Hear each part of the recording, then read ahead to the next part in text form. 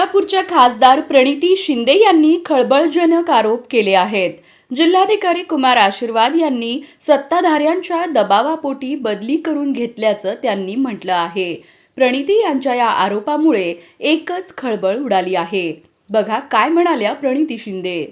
तोंडाच्या वर चाललंय. 2 महिन्यापूर्वी मी सांगितलेलं, तुम्हाला आठवत असेल की पहिली विकेट 2 महिन्यात कलेक्टरची झाली आणि तसं साबित झालं, तसं सिद्ध झालं. आज नवीन कलेक्टरनी चार्ज घेतला, जुन्या कलेक्टरनी स्वतःहून कदाचित नागपूरला बदली करून घेतली.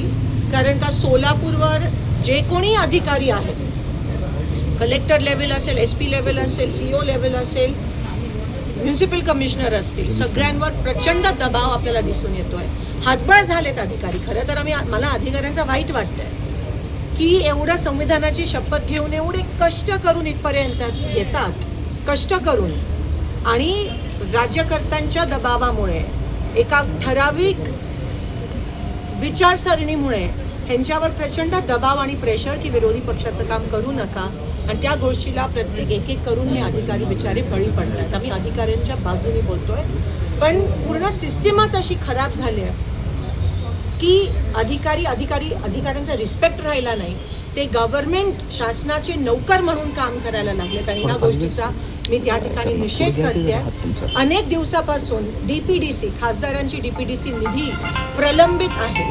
ह्यांची समज एवढी छोटी आहे की जेव्हा DPDCची निधी अडवतात तेव्हा ती माझी वैयक्तिक निधी अडवत नाही. प्रत्येक गाव ज्यांनी मतदान केलं आहे काँग्रेससाठी, त्या गावातल्या शेतकऱ्याची निधी अडवत आहे. कुठे DPची, कुठे रस्त्याची, कुठे गटाराची, कुठे समाज मंदिराची. प्रत्येक गावातला शेतकरी हा आतुरतेने वाट बघतोय की आमची कामं कधी मंजूर होत आहे.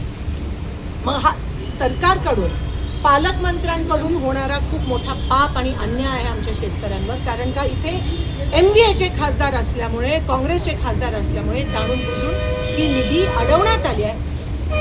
काही अधिकाऱ्यांशी जेव्हा मी फोनवर बोलते तेव्हा ते म्हणतात की मॅम आप समज सकते हो ना हमारे ऊपर कितना प्रेशर है. मला मी नाव घेऊ इच्छित नाही, पण हे प्रेशर आहे, हा दबाव आहे.